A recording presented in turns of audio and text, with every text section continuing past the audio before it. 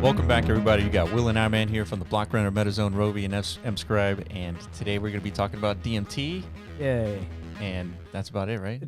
Yeah, this is a DMT update, non-arbitrary token fest, dude. We haven't talked, well, I mean, we talk about that a lot, but we haven't had a dedicated DMT update vid in a minute. That reminds me, we don't have a list of DMT videos yet on the channel. Yeah. So, yeah, for those of you guys, do that. You know, painfully in a wait for that newly crafted playlist. It's a lot of things to watch. I mean, I imagine there's actually some people out there that are like looking for that, right? Because, you know, there's been a lot of pre-deployment hype for this Redacted launch, and a lot of people are like, what are you talking about, UNAT? Or like, what's a NAT? Correct. What's DMT? Yeah, I've seen those questions on Discord. Quite a bit. Yeah. Yeah. I was like, is this like a weird like crypto drug cult forming over here? You know, so no, that's not what we are. Yeah, kind of. I mean, some might partake. Not me, dude. I'm squeaky clean for sure. Drugs are bad in all facets. But nonetheless, these things need to be explained. So yeah, that's what we do on this channel and this video specifically.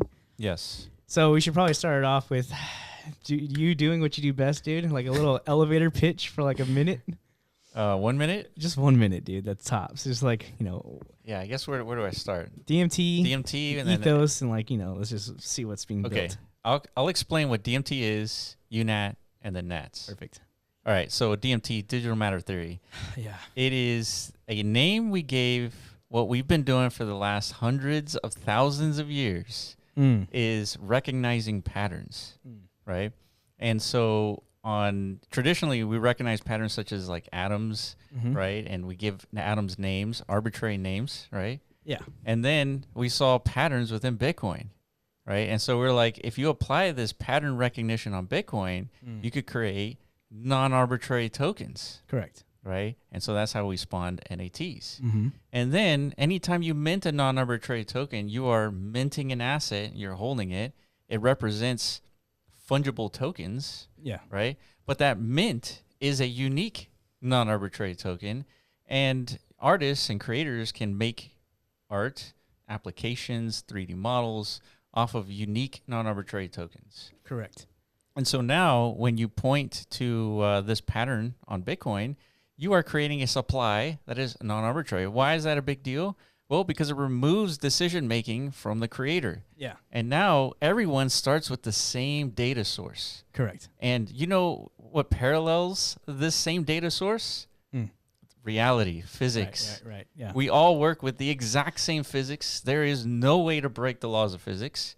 And therefore, we've manifested an economy based off of physics. Something is closely aligned, I guess, to what our human brains have already like understand. Yeah, right? It's sort of almost intuitive now. Well, it definitely is, because these are the preset parameters of our physical reality. So it's like let's implement, I guess, rigidity or like actual non-arbitrary scope of creation, or like the bounds of creation within this digital realm. So that's what Bitcoin, like the data substrate layer, represents is the possibility of forever intertwining like the forever immutability and like the energy conversion process that Bitcoin is like so perfectly positioned to provide, as far as like, you know, a creator substrate layer. Yeah. To where these digital manifestations that we've been doing over the last 15 years called cryptocurrency, it's not just like pulled out of thin air, right? Yeah. Everything literally is. Like, you just analyze any tokenomics. Hey, why does that token have only 1 billion? Right. Some fuck on the planet just decided I like ones and zeros. Yeah. I'm just not rooted to anything of any tangible value, right? But this is the first class of assets that the existence of the digital assets itself, it's forever rooted in that energy conversion process, right? It starts from Bitcoin, the blocks. Every time a new block is produced, it's a new potential energy conversion from what do you call it? Low entropy states to high entropy states. Right? Correct. And now creativity can flourish in a non-arbitrary fashion. Yeah. Right? It's pretty cool. So if you apply this to the metaverse, now all of a sudden, all the creators and developers are starting with the same data source. Now you have the ability to mimic the physical reality in the digital reality, because we're all starting with the same data source. So this is sort of like a digital physics sort of way, because you cannot edit the block data in the same way you cannot mess with the laws of physics. Yeah. So that was definitely longer than a minute, probably. But TLD, can you confirm? 4 minutes. Oh my God, what is wrong with us, dude? All right, well, TLDR, it's like, some dude made that shitcoin and Bitcoin made this shitcoin. There you That's go. pretty much it. Which one do you care about more? People or, immutable Data sources, Yeah. low entropy data states. Yeah, dude. Autonomous creative forces or like corruptible human forces. You be the judge. Yeah. It's easy. No brainer, right? Well, that's what this experiment's all about. So this all began about 5 months ago, roughly. Yeah. So let's kind of take a look. What's happening, dude? Let's click on all here. So it started with the fungible tokens, right? Yes. NAT token to be specific. Correct. You could take us back to about late November, right? Where we November 20th. published a Git book for like how to actually do this stuff and deploy tokens that are rooted to this framework, these principles that we just kind of talked about. Yeah. First one was the NAT token, right? And it was we got videos back there if you want to like do the deep dive analysis of how this came to be. But it was interesting. Like literally every single Bitcoin block produces a supply of this token, right? Yeah, and 5 months later, 6 months later, we have 21,624 holders. It's a lot of holders, dude. Yeah, if you compare that to, I guess, any ecosystem on Bitcoin, this is on the high end. And keep in mind, these are not this wasn't airdrops. There's tokens out there like in Runes or just abroad in the Bitcoin space that they have tens of thousands of holders as well. But there was no actual energy input into this, right? This token acquisition process. It was literally just you're sitting on your thumbs. Yeah. And some arbitrary force, an influencer or whatever, just decides this segment of humanity is going to get this allocation, and they just show up in your possession. Yeah. Right. This was not that. This was like an individual had to find a block. Yeah. Mint that block, and then now be forever part of this ecosystem. Not only that, mint that block, it looked like a JSON structure. Yeah, that's true. This is a very ugly looking thing for the majority of the humanity. Correct. So there was human input, energy conversion, actual financial conversion. Mm-hmm. This is actual value transmission, right? So yeah, it was crazy, and it took 2 weeks for that to kind of wait. No, 1 week. 1 week for all the blocks. Get that right, Iron Man. My bad. 1 week. So yeah, NAT token. You guys have been asking us what about NAT?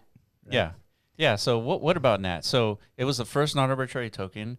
And a lot of people are asking, let's make it utility. Let's do governance. Let's make a new universe and all this. Let's do something with that.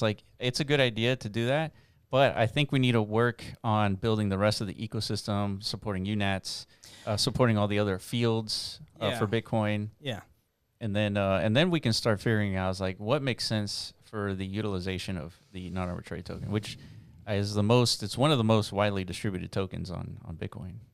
Yeah, so regardless of these impressive metrics like holder count and such, it's actually, I think it's neck and neck there with Ordi token itself, which at its all-time high was in the billions. Now it's resettling into hundreds of millions and such after a correction phase. So it's why isn't this token doing that, right? Yeah.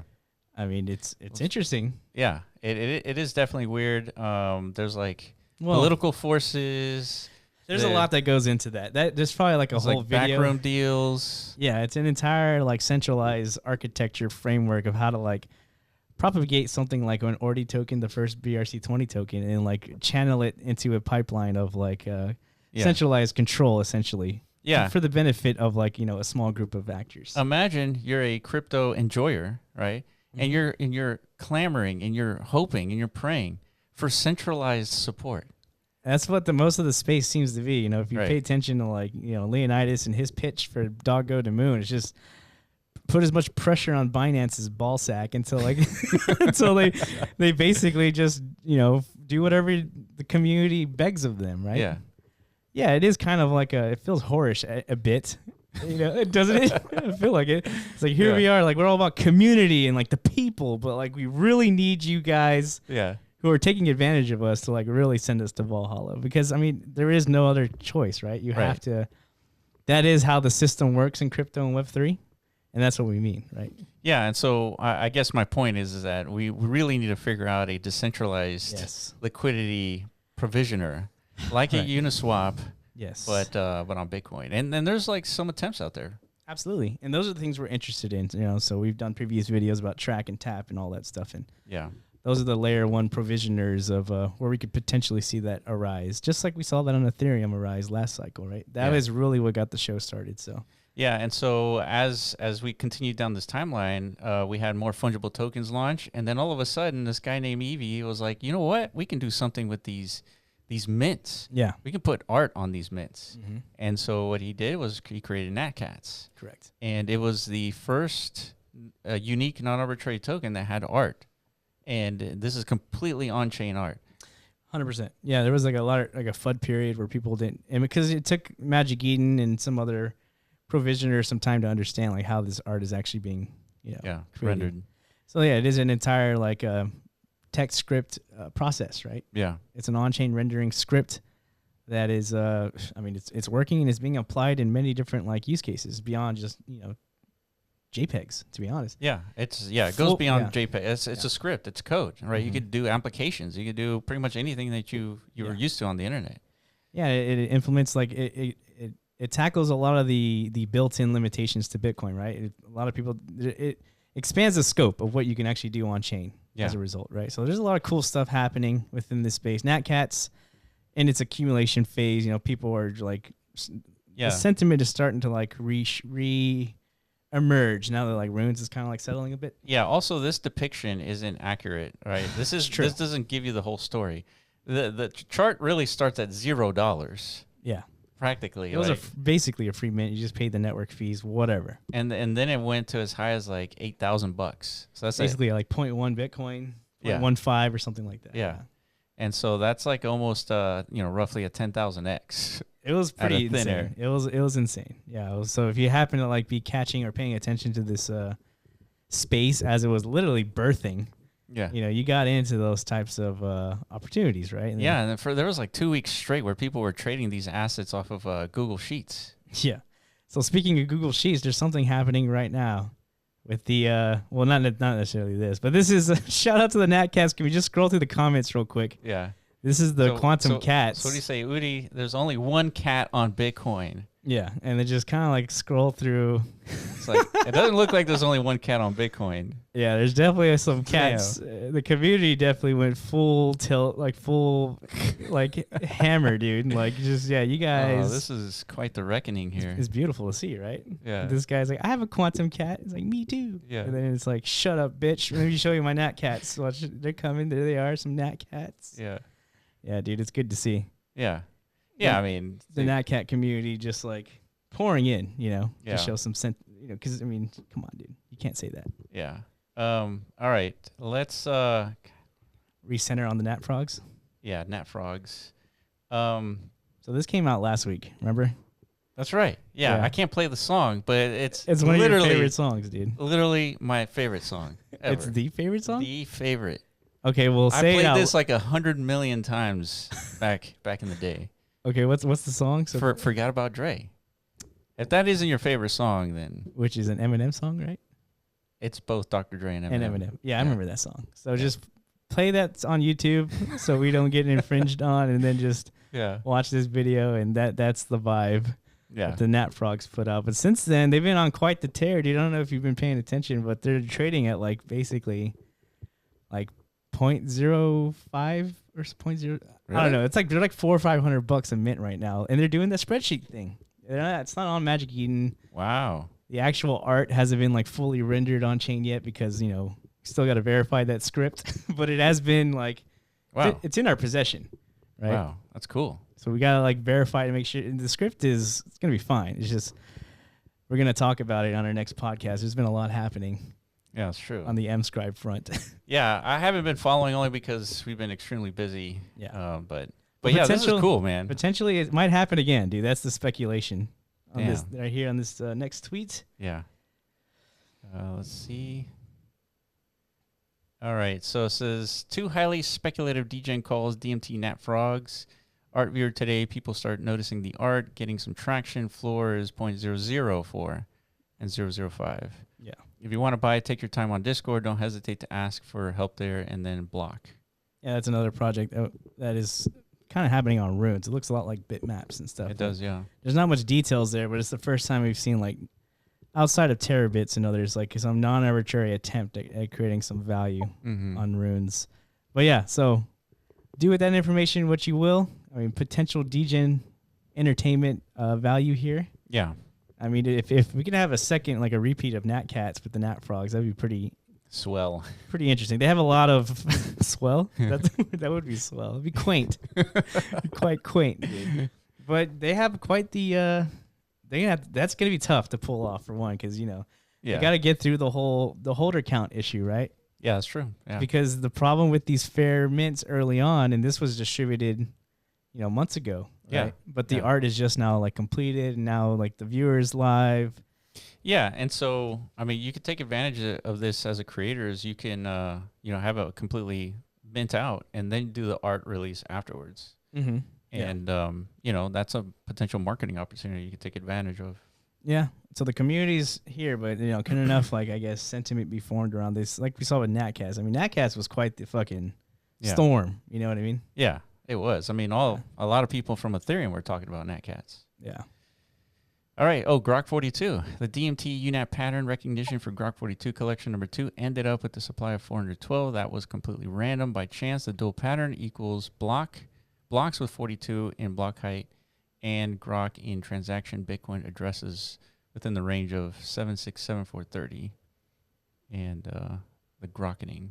So 412. That's a non-arbitrary supply if I've ever seen one. Yeah, but didn't you find it interesting, like a dual pattern? Yeah. Sounds like, we've been toying around with the idea of that, right, for a while. Yeah. But somebody's out there actually, putting it into execution. Oh, yeah. I mean, yeah. This feels like another potential like Natcat thing. It's like another front run event, right? In a sense. Yeah, for sure. 100%. Yeah, I get where you're going now. Yeah. Okay. Yeah. I wasn't sure if you understood what I was talking about, but I do get where you're going. Absolutely, this is a front run attempt. Right. Well, so you guys don't know what we're talking about, but we've been toying around with the ideas because you want to be as nimble as possible when it comes to like, how do I manifest like an ideal supply that's non-arbitrary? Yeah. But because we only have access to single patterns as of right now. Correct. But maybe in the future that won't be the case, right? Yeah. Correct. Yeah. Why not? I mean, if we have godlike ability, if we're talking about particles and atoms and building blocks for creation, these things tend to form structures. I don't want to go any further than that, but you know what I mean. No, absolutely, 100%. Hopefully, you guys are picking up what Iman's putting down. Yeah. Very ambiguous. Probably, unless you took like a intro to science course. Unless you're still stuck in elementary, you don't know what we're talking about.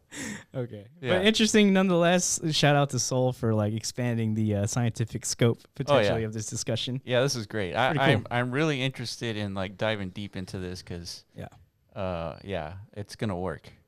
Okay. All right, Lambda. In case you missed it, we held a hackathon last week showcasing what builders can do right. Yeah, this was like a couple weeks ago, but just this, we wanted to mention this because we were part of the judging panel. Yeah, along with Ordinal's Revolution. Yeah, and probably like a few others and such, but it was cool because one of the participants was utilizing DMT. That's right, yeah. And it was badass. I was like, Bitcoin heroes, yeah. And if you don't know anything about Lambda, it's another token protocol, but with like smart contract functionality as part of it. Yeah. Right. So I was like, dude, we predicted this kind of. It's like DMT it's protocol agnostic, right? Correct. If you're a developer, you could take advantage of it. At some point, it's going to proliferate into all protocols that can feasibly support it, right? So this is a proof of concept, right? Yeah. Yeah, I like it. Everything we saw in this hackathon was really impressive.